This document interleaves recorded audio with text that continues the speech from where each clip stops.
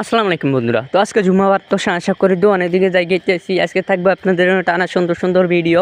যেহেতু আজকে শুক্রবার, আজকে কাজ বন্ধ। সুন্দর সুন্দর গ্রামের অঞ্চলের প্রাকৃতিক দৃশ্য তুলে ধরবো আপনাদের মাঝে আমি মুজাম্মেল ব্লগ।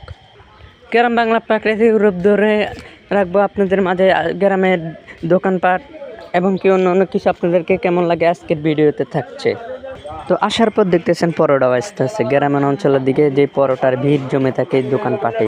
তো আজকে পরোটা খেতে অনেক দর্শক আসছে, দোকানে ভিড় করতেছে গ্রাম অঞ্চলের দিকে। তো আপনারা জানেন সকালবেলা ওনারা কাজের বাইরে হইতে আপনারা নাস্তা করে যায় একবারে পরোটা এবং কি ভাজি। গ্রামের মাঠে আপনার এই ধানগুলা কেটে নেওয়ার পরে ধানগুলাকে ধান মেশিন করে খেরগুলাকে আপনার রেখে রাখছে ওনারা যেন রোদ্দুর শুকাতে পারে।